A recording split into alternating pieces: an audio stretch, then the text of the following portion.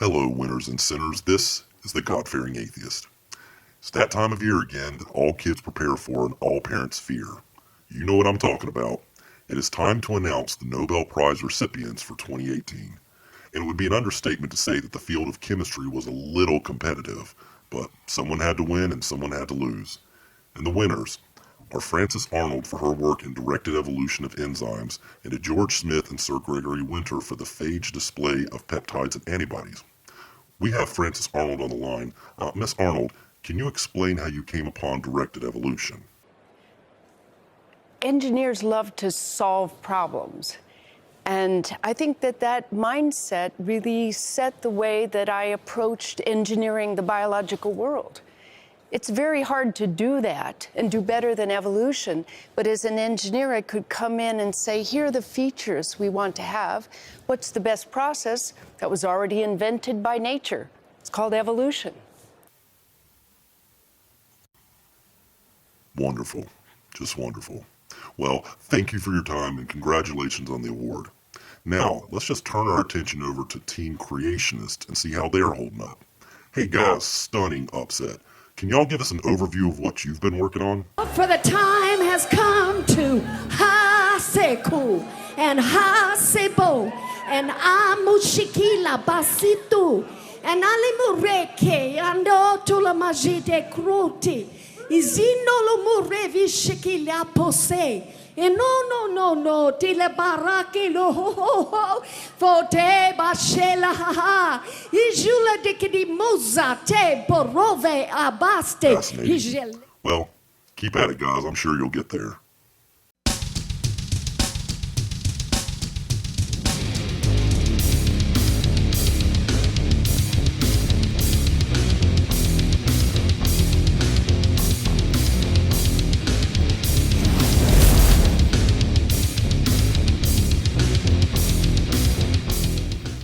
Welcome back, y'all. Now let's get back to Dr. Dino to see if his poop coal will turn into poop diamonds. Are we still doing okay out there? I think so, Denny. This has really turned into a marathon, but I got my eye on the prize. The prize being that at the end of this lecture, we find out that you were just screwing with all of us. You remove your mask and reveal to the world that you are Marjo Gortner. If there is any kind of cosmic justice, that is the only way this can end. Dinosaur noses. You know, everybody makes mistakes, even God. Wait, what? Play that again. You know, everybody makes mistakes, even God. I gotta say, I truly never expected to hear you say that. I mean, you were used as one of the experts in The Truth About the Dinosaurs, which was co-created by Eric Hovind, who is a huge proponent of intelligent design. And one of their biggest claims is that life appears so complex and purposefully designed that it had to be the result of an intelligent being. Well, if you think bigger, if God makes mistakes, it would mean that God isn't perfect. If God isn't perfect, well, I'll let Alan Rickman explain. Existence, in all its form and splendor, functions solely on one principle. God is infallible. To prove him wrong would undo reality and everything that is. Up would become down, black would become white. Existence would become nothingness, in essence. Can't believe I'm saying this, but if I have to choose between your reality and Eric Hovind's, I gotta go with this guy. Like a cedar tree! And by the way, if you came from outer space and there were no humans left and they found a skeleton, how would they know what to do with your nose? Oh, Dr. Dino, I know. You use comparative anatomy, which is a field of study that observes the differences and similarities in different species. Closely related to evolutionary biology and phylogeny, comparative anatomy has provided evidence of common descent, and in the case of extinct animals, it gives us a good idea of what it might have looked like based on living descendants. I was thinking, living here in Oregon, if your nose turned upside down, what would you do? You know, you'd drown. Ew, I don't think that joke landed, Dennis. My suggestion for the future is to have a 2-drink minimum at the doors before you start your set. It first came out in 2001 with all kinds of science and medical things, and they use all kinds of equipment and evaluation. And they found that the dinosaur noses don't belong further up, but towards closer to the front. Nasal passage position further back would be like a snorkel, okay? Actual studies by Whitmire demonstrated they were close to the front of the face near the mouth. What's your point, Denny? Can you tell me which Bible passage describes the location of dinosaur nostrils? No? Well, how did they learn that their previous placement of the nostrils were wrong? With all kinds of science and medical things, and they use all kinds of equipment and evaluation. Ah, I see. You do know that the same method of investigation using all kinds of science and medical things and equipment that discovered the correct placement of the nostrils also determined that your stones were fakes, right? Seriously, I'm beginning to develop a conspiracy theory that Big Science hired you to make creationists look bad. What are you afraid of, Big Science? Brachiosaurus had nostrils on the top of his head. So this is like a 2,000 year, about year 2000 book. So, okay. For over 100 years, these paleontologists put them there. Here's revealed dinosaurs in 2003. Where did they put the the nostrils? Right up further. Some textbooks still do the same thing. It is true that our understanding of the position of many dinosaur nostrils have changed. Now, while the nostril position has moved much more significantly in dinosaurs such as Diplodocus, others such as the T-Rex are far less noticeable. Taking a look at your little rock over here, I want to know how you determined it was an Apatosaurus, because to me it looks far more like a Brachiosaurus, and specifically the version of the Brachiosaurus with a nostril bump on its head. Regardless, it would be a mistake to accept this illustration as anatomically correct unless you think Adventure Time also exemplifies anatomically accurate illustrations as well. And you know what? Now that we're on this subject, I want you to look closely at this stone for a second. In the last episode, I addressed Swift's claim that dermal spines weren't known about until after the stones were made. While it is true that fossilized dinosaur skin impressions have only been uncovered within the past few decades due to rarity, nothing depicted in those stones could be considered an accurate depiction of skin patterns. Looking at this stone here, you can see markings on the humans and the dinosaurs that match nothing natural we know of. This appears to be some artistic licensing on the stones, but the problem with this is that we have no idea how literal we're supposed to take the drawings or how much freedom we allow the artist. This puts Dennis in a great position because he can tune into certain details as accurate representations while failing to acknowledge others that don't fit.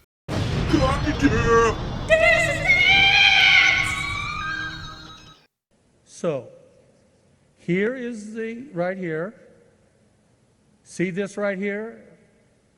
That's called, the side of it is epijugal. It's a crest or epihugal. You see this right here? There's only 2 of these that they have in the world. One of them is in the Smithsonian, and it's the best.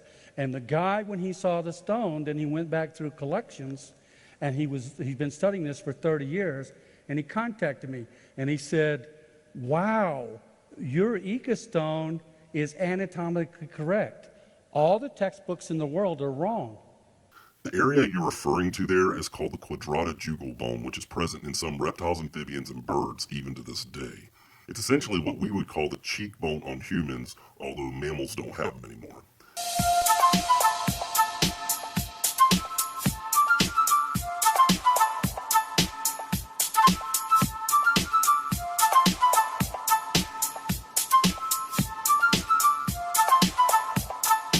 Some depictions of the Triceratops does show horns or spines coming out from this bone, but this doesn't appear to be a widely accepted feature, but rather an artistic interpretation.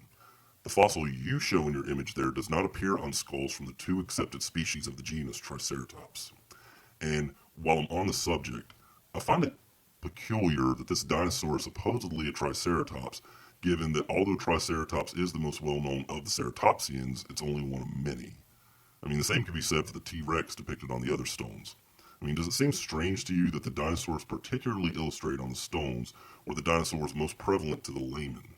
I mean, why not the Cosmoceratops, or the Centrosaurus, or the Styracosaurus? I mean, besides, if we were to look back at the stone, I wouldn't call this a Triceratops anyway, but rather a newly discovered ceratopsian I like to call vagina on its sidetops. Then from 1868 to 1881, just one processing plant, when they turned buffalo skeletons into fertilizer in Kansas, they did over 31 million buffalo skeletons just at that one plant.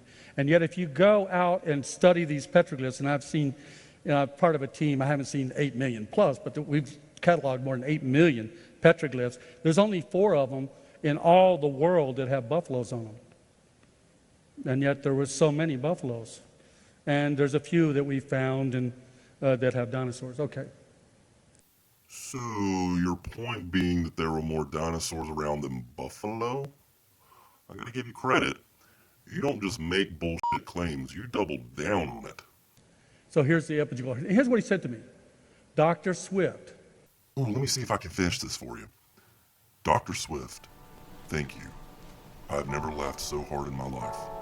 I will be forwarding your email to a friend who needs cheering up. He has been recently questioning choices in his life, and once he reads your email, he will realize there is always someone worse off. Ride or die, bitch. A real scientist. The Ikaceratopsian stone carving appears to be the showing of the true extended of the epijugal horn that adorned the cheek of the Triceratops. And he goes on to tell me all this. I have studied the Ceratops for 30 years. I was asked by the Smithsonian in 1988 to consult on their Triceratops remount and came across the skull cheek fragment. It is the best preserved cheek crest that we have. And he wants to write a book with me. And so then he thinks that'll kind of end his career. Even if that is a fossil of a horn on the quadratojugal bone, and even if the stone depicts the horn, we can't know much for certain. It could be that the horn was a bump on the frill of the Triceratops. Problem is, again, this is clearly a stylized illustration. Even if the age could be accepted, it is so heavily stylized that it is open to almost as much imagination as cloud formations. So many different fields of science all point to a different history for the dinosaurs, and before you begin to accept that people rode them or were butt-f***ed by them, you should exhaust the more likely explanations first, such as the motivation to create frauds, or simply that early civilizations uncovered fossils themselves. Your claims hang by such a thin thread that some may say you are grasping at straws in order to make your religion fit in with the science. You have made a career out of a desperate and futile effort to hold on to something that is ultimately holding back progress. So he talked about the frill. It is believed that the frill of the Triceratops may not have been covered in skin, but rather a Caryopteris sheath. I'm sorry. Can you lay that one on me again? Caryopteris sheath. I'll give him a pass. I imagine he's exhausted from his trip to Peru, especially since he had to sneak that horn fossil into the States, and there are very few places to hide something like that on your person. So as the Ica stone shows, a covering would have been needed if the animal was to be ridden upon as the beast of burden. You heard him right, folks. Ridden upon. You thought I was joking before. Not only did they exist alongside humans, but humans tamed them and discovered their backs were perfect for riding upon. I got nothing more to add here. So this is a cassowary bird. See the way his feet are and see the scales? The skin covering? Snake skin overlaps. Bird scales are polygonal octagonals and never overlap. Snake scales overlap. Dinosaur fossil skin has avian features. I didn't say they were birds. I didn't say they came from birds. I just said their skin is similar to that. It doesn't resemble reptilian skin. Creationists don't get the privilege to look directly at all this stuff that the evolutionists do. They're going to draw some wrong conclusions. But the fact is, it does look like bird skin. But that doesn't mean it's a common designer. So let me understand what you're saying here. So just because something has the appearance of something doesn't mean it's so? So if I may continue your line of thinking, You were saying that things aren't always as they seem. It's as if we can't just rely on common sense or parents alone to guide us. We need to use an objective method of investigation to uncover facts that might lead to a larger explanation that itself will be scrutinized tirelessly so that we may have the most accurate understanding of a subject. Interesting. You know, I really think you're onto something here, Denny, but before you present this idea to the world, let me consult your magic book to see if it will send you to hell for your arrogance. In the 1960-1970, the Stones were considered to be the inaccurate cartoon-like creations. The people who made them just didn't know anything about dinosaur anatomy. Today, scientists, scholars, dinosaur experts, and creationists say they are too correct. I'd really like you to give me a list of scientists and dinosaur experts that called those illustrations too correct. I mean, what the fuck does that even mean? How can something be more correct than it is? Does that mean it's wrong? In that case, I'm really loving your presentation, Denny. I rarely see people so embarrassingly too correct than creationists. Why, if you don't study the 60s and 70s and don't know about the collection from then, how can you leap to now and say you know something about them? Most all of them just go to Basilio Yachua, which he did make a few, and there were copies, and he was afraid too, because Let me just interrupt you there, if I may. I do not give a damn why Basilio made the stones. The fact is that he did, and that he fooled the same people that you hold in high regard. China has had such a serious problem with forgery fossils that fossils from China are assumed to be fake unless they have credible provenance. It's sad but true. The minute Basilio admitted to faking stones, the whole Ica stone trade became tainted. here is a dinosaur that's about 75 meters long on the hillside that's part of the Nazca lines. We find stones in the tombs, and then we find at Nazca, and the head archaeologist who has a PhD from Moscow University, when I was interviewed, he called me Dennis the First because I pointed out about 3 of these that hadn't been noted. And I flew for hours on end with Eduardo Haran. I think Dennis the First was meant to be condescending, as in, good job, Dennis. You are the first grown-ass adult I have ever met to make such a silly-ass claim with such a silly-ass straight face. All right. Now, this is up at Pawpaw, and flying over, this is almost 50 meters long, and it has a head crest, back, and then it has horns here, and then down here, a distinctive. I'm going to point it out. You look closer. We measured in the horns and everything, and it's similar to stylized, but it looks somewhat like a Styracosaurus. Seriously, Dennis? You're trying to tell me that this looks like this?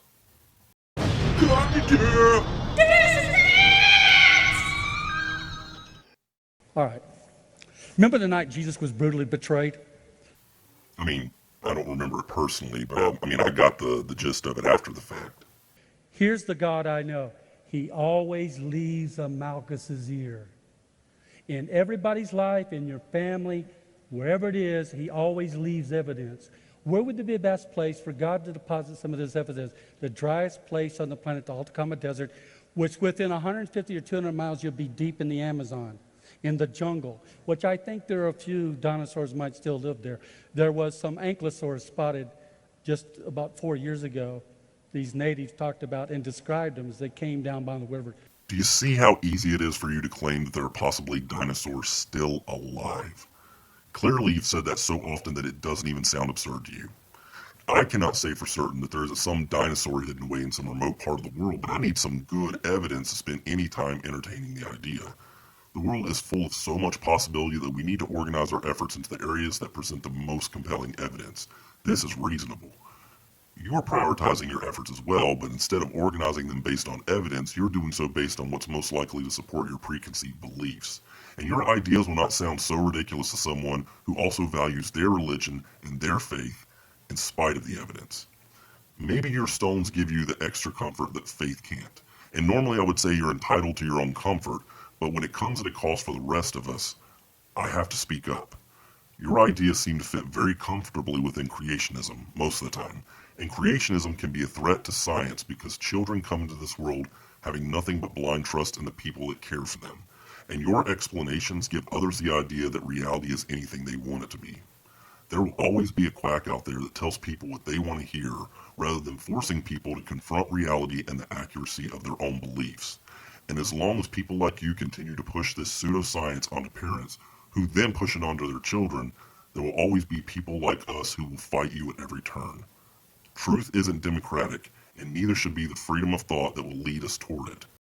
Now, I will give you the last word, Dennis. What do you have to say? I'm not a dinosaur expert. No